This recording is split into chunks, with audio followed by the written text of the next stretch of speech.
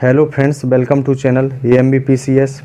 आधुनिक भारत के अंतर्गत सामाजिक एवं धार्मिक आंदोलन की यह अंतिम क्लास है, जिसमें देखने वाले हैं मुस्लिम सुधार आंदोलन, पारसी सुधार आंदोलन व सिख सुधार आंदोलन। तो देखते हैं सर्वप्रथम अलीगढ़ आंदोलन को। तो याद रखिएगा कि यह जो अलीगढ़ आंदोलन है यह प्री प्लस मेंस दोनों की परीक्षा के लिए अत्यंत महत्वपूर्ण है। अलीगढ़ आंदोलन के जो प्रवर्तक थे उनका नाम था सर सैयद अहमद खां। इनका जन्म कहाँ पर होता है? 1817 में दिल्ली में हुआ था। जबकि अलीगढ़ आंदोलन का जो उद्देश्य था कि अंग्रेजी शिक्षा के माध्यम से मुसलमानों के दृष्टिकोण को आधुनिक बनाना था। जबकि सर सैयद अहमद खां ने अपने विचारों का प्रसार करने के लिए एक पत्रिका निकाली जिसका नाम था तहजीब उल अखलाक। क्यों निकाली थी? अपने विचारों का प्रसार करने के लिए।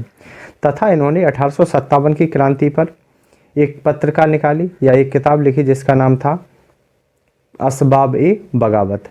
1864 में गाजीपुर में साइंटिफिक सोसाइटी की इन्होंने स्थापना की थी। जबकि 1875 में महारानी विक्टोरिया के वर्षगांठ पर अलीगढ़ स्कूल की स्थापना की। तथा यही 1877 में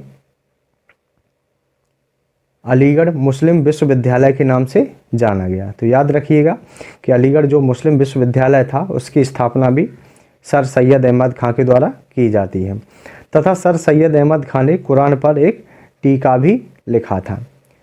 सर सैयद अहमद खां ने कांग्रेस का विरोध करने के लिए यूनाइटेड इंडियन पैट्रियाटिक एसोसिएशन का गठन किया था। तो याद रखिएगा कि ये इम्पोर्टेंट है कि पूछ सकता है कि सर सैयद अहमद खां ने कांग्रेस का विरोध करने के लिए कौन सी एसोसिएशन का गठन किया, तो जिसका नाम था यूनाइटेड इंडियन पैट्रियाटिक एसोसिएशन। इसके बाद नेक्स्ट आंदोलन देखते हैं जो मुस्लिम सुधार आंदोलन है जिसका नाम है अहमदिया आंदोलन। तो इस नाम से ही स्पष्ट होता है कि इस आंदोलन को जो चलाने वाले थे उनका नाम है मिर्ज़ा गुलाम अहमद। इसी वजह से इसे एक नाम पड़ा इस आंदोलन का अहमदिया आंदोलन। यह आंदोलन पंजाब में गुरदासपुर ज़िले के कादिया नामक स्थान से प्रारंभ किया गया था। इसलिए अहमदिया आंदोलन को कादियानी आंदोलन भी कहा गया। मिर्ज़ा गुलाम अहमद जो थे इन्होंने अपने आप को ईश्वर का पैगंबर बताया था। तो याद रखिएगा ईश्वर का पैगंबर किसे कहा गया? तो मिर्ज़ा गुलाम अहमद को।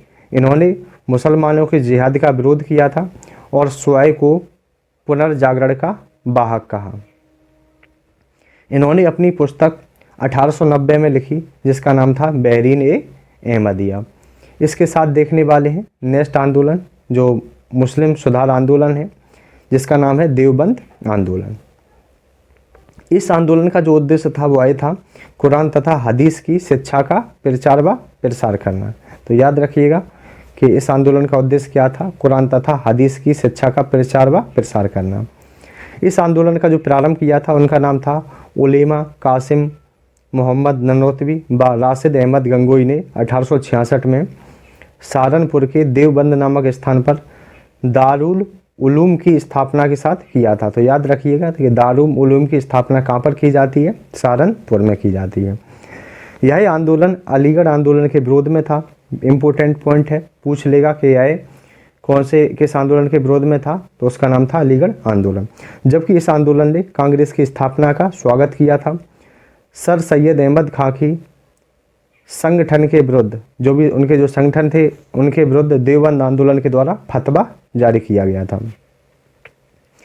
यह आंदोलन जो था उसके जो प्रमुख नेता थे उनका नाम शिबली नोमानी था, जो अरबी फारसी के बहुत बड़े विद्वान थे।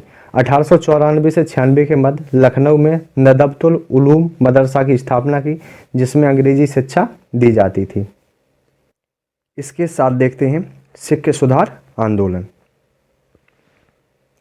तो इसमें हमें जो देखना है वह है नामधारी आंदोलन को देखना है जो सिख सुधार आंदोलन का प्रमुख आंदोलन था। इस आंदोलन का उद्देश्य सिख धर्म में सुधार करना था।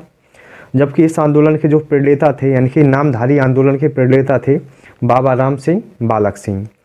इस आंदोलन के जो कार्यकर्ता थे वो नामधारी कहलाए। जबकि जो नामधारी आंदोलन था यह मूर्ति वृक्ष दरगाह की पूजा करते थे। जबकि इनका जो उद्देश्य था वो महिलाओं की समानता व पुनर्विवाह के ये समर्थक थे। जबकि इस आंदोलन के जो अनुयायी होते थे वह श्वेत पगड़ी व श्वेत वस्त्र धारण करते थे। तो याद रखिएगा कि श्वेत पगड़ी श्वेत वस्त्र धारण करने वाले जो लोग थे वह किस आंदोलन में थे या किसके अनुयायी थे, तो नामधारी आंदोलन के अनुयायी थे। जबकि 1922 में सिख गुरु द्वारा एक्ट पारित किया गया और जबकि यह 1925 में लागू हुआ था। इसके बाद देखते हैं पारसी सुधार आंदोलन, जिसमें एक हम सभा को देखेंगे जिसका नाम था रहनुमाए माजदा यासन सभा। यह सभा भी परीक्षा के लिए इम्पोर्टेंट है क्योंकि जो इसके संस्थापक थे उनका नाम था दादा भाई नेहरूजी। इन्होंने 1851 में मुंबई में दादा भाई नेहरूजी ने रहनुमाए माजदा यासन सभा की स्थापना की थी। जबकि दादा भाई नेहरूजी के जो सहयोगी थे उनका नाम था नौरोजी फारदौनजी, जेबी बाचा, एच.एस. बंगाली। इन्होंने भी सहयोग किया था। इस सभा का उद्देश्य क्या था, तो पारसियों में सामाजिक स्थिति में सुधार करना था। जबकि इस सभा के द्वारा गुजराती भाषा में, याद रखिएगा, गुजराती भाषा में राष्ट्रगोपतार इन्होंने पत्रिका निकाली थी। तो पूछ लेगा कि राष्ट्रगोपतार जो पत्रिका है किस आंदोलन या किस सभा में निकाली गई, तो जिसका नाम था रहनुमाए माजदा यासन सभा। जबकि पारसी समाज सुधारक कौन थे, तो के.आर. कामा, बी.एम. मालाबारी। इम्पोर्टेंट है। तो 19वीं सदी के आंदोलन आज की क्लास में कंप्लीट कर लिए गए हैं।